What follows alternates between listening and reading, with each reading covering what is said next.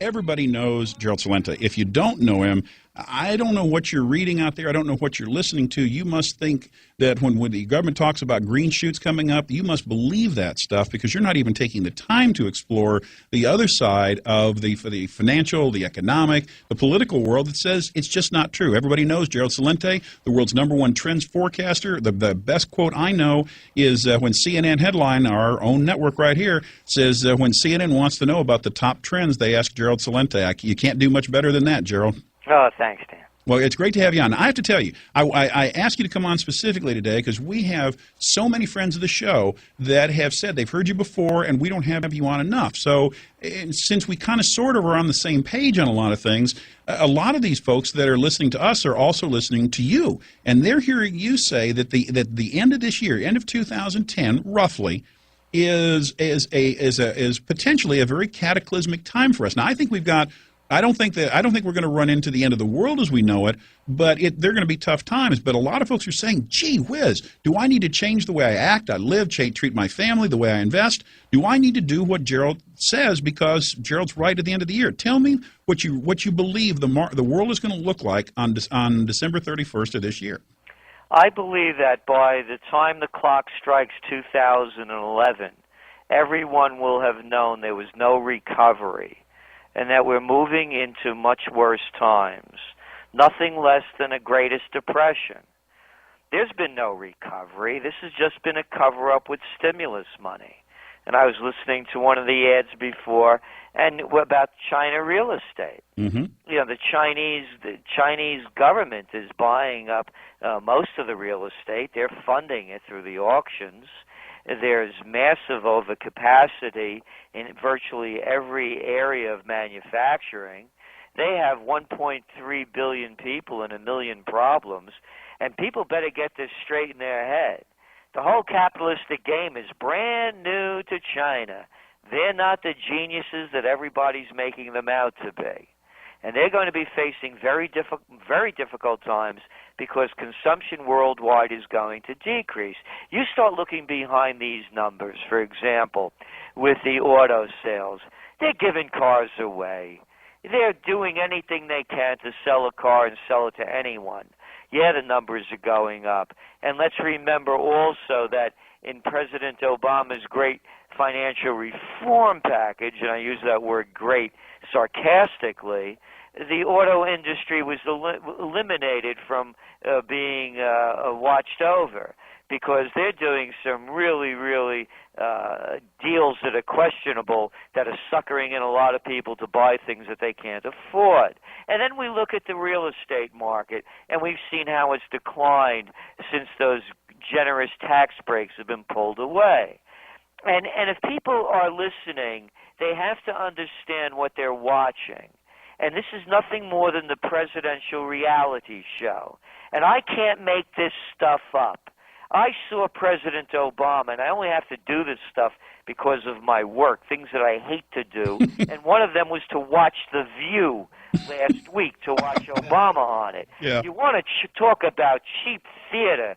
Here we have our men and women giving their lives, being maimed and murdered overseas, people losing their homes, can't find jobs that have lost them, kids getting out of school with worthless pieces of paper called diplomas, and they're $100,000 in debt, and they're asking questions. Do you know what happened to Lindsay Lohan? Do you know who Snooki is? Oh yeah. It was disgusting.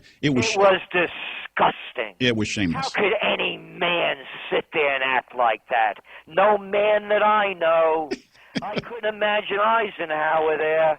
This is terrible. It's a disgrace. And he's not alone, by the way. I could go back to the Bush years, the Clinton years, and just keep rolling the carpet back. With virtually both sides of the aisle right now, Republicans and Democrats, right now I would be happy if one side, the Republicans, would just stand up and say, no, I don't need them to give me a solution. I need them to stop agreeing, and I need the Democrats to stop changing things. Just stop changing. No more laws. We have enough. That's it. Just enough laws. yeah, give me a year without laws, and let's just see how. Laws. Yeah, let's just see how this works out. Hey, let me go back to the forecasting thing, because you and I have a complete agreement in the direction we're headed and the severity of the problem. We differ a little bit on time. I will say some interesting things though that I've done a little research on. The S&P 500. Everybody says, "Oh, well, the things have grown. Look how things are great." Do you know the revenue for the S&P 500 in 2010 is the same as it was in 1998? Now, that's unadjusted for inflation. That means the different companies in the S&P 500 now, but the revenues are the same 10 years later. You talk about a lost decade for the Japanese, the 2 decades. The America has lost more than this decade because inflation, adjusted for inflation, people can't even see the damage that they're already dealing with. Exactly. Matter of fact, the Summit Trends Journal, which I'm sure they sent you a copy of, that's exactly what we wrote about. And had you invested in gold compared to that the lines that they fed after the stocks crashed in 2000, stay in for the long term. What's the Nasdaq worth now? Oh yeah.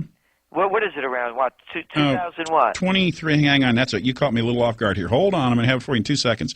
Nasdaq is he says confidently. 2300, 2295. 22, and what was it when it crashed? Well, let's say it got as high, remember, in 2000 as 5,000. 5,000. Yep. Exactly. There is no recovery. And we may be wrong. The timing is always difficult. There's no question about it. There are so many wild cards, and they come up with schemes undreamed of. Who would have thought we'd be owning AIG, the Freddie and Fannie, on and on. And by the way, the people that are saying that this is socialism are wrong. Socialism is a distribution of wealth across the board. The merger of state and corporate powers, opined Mussolini, is called fascism. That's right. And fascism has come to America. We're being forced to buy insurance from private insurance companies. How can you make this up? Well, hey, let's just take one of my recent favorite examples. I'm a car junkie. I look at this stupid car, the Chevy Volt. $42,000 list price. If it was worth $42,000, then why are we as taxpayers subsidizing every one of these cars to the tune of $7,500? What? And this is insanity. It is insanity. They're robbing us blind. And that's why we're going to see the Second American Revolution. It's underway. And matter of fact, we wrote about it in autumn of 2009, and just this past week in Investors.com, will Washington's failures lead to Second American Revolution? So people are starting to catch on. So what we're saying, yes, people should be preparing for the worst. Look, gold prices have softened recently. I'm still a firm believer of gold 2000. Sure. I'm not recommending people buy anything. I'm saying that's what I believe. Same here. I still buy Swiss francs because, to me, the Swiss are the money cockroaches of the world. They're not going anywhere. Don't hold back, Gerald. Learn to open up more, brother. And so those are the things that I believe in. And by the way, there are solutions. We don't have to build one more thing in this country. There's plenty in this country to rejuvenate. I just came back from a fact-finding trip driving around different places for purposes. And there are beautiful old buildings in decaying areas and thriving areas as well. So this could be a time for a new Homestead Act. You could buy things for almost nothing. Get your special and amazing children who graduated college with those diplomas that aren't worth anything, and they're $100,000 in debt. Get them out of the house and get them to refurbish one of these things and make it on their own. Well, get a free house in Detroit. You can get virtually every house in Detroit is free right now. Building the communities with like-minded people. Yep. This country needs a renaissance, and everything in the infrastructure is in place for it to happen. So there's a lot of positive things that people could take advantage of.